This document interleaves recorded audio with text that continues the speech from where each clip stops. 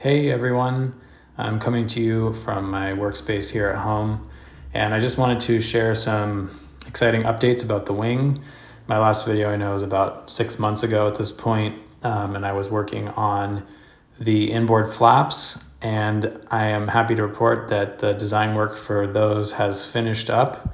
So I have, as you can see here, I have all these parts ready to print out and assemble, and that's what I'm going to be doing over the next several weeks, maybe up to like a month or two.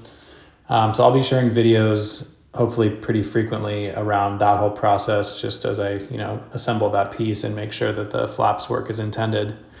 But what I've done in the meantime is I have put together a wing assembly jig.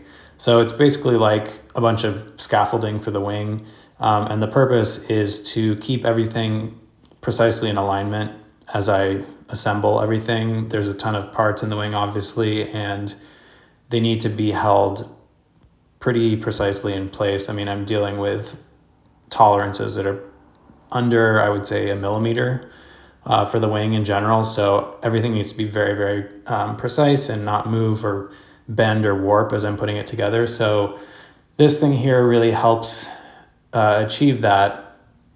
So what it'll do is it will hold the front and rear wing spars in place along with all the wingbox ribs as I'm gluing them together. Once those are all in, I will lay the upper wing skin on top of all that and glue it down. And then I'll lift the wingbox out of this structure, flip it over and put it into a new structure kind of for the other side of it. And then I'll lay the lower wing skin on.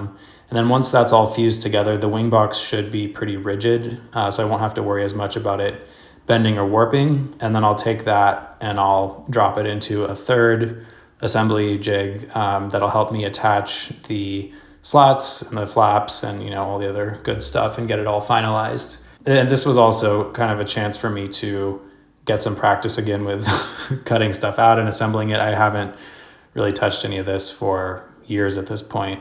So this helped me get back up to speed, and a lot of this project really comes down to like muscle memory when it comes to cutting things out and assembling things. So I needed to get a little more practice again to get back up to speed, but it's turned out well, and it'll definitely help me ensure that the assembly process is relatively straightforward and precise, and there are no surprises along the way. So just wanted to share that with all of you. Again, I should have more stuff to post soon. I'm going to try and get started on the actual inboard flap assembly process within the next week or so. So look out for some stuff related to that. It should be pretty exciting to see that come together. Talk to everyone soon.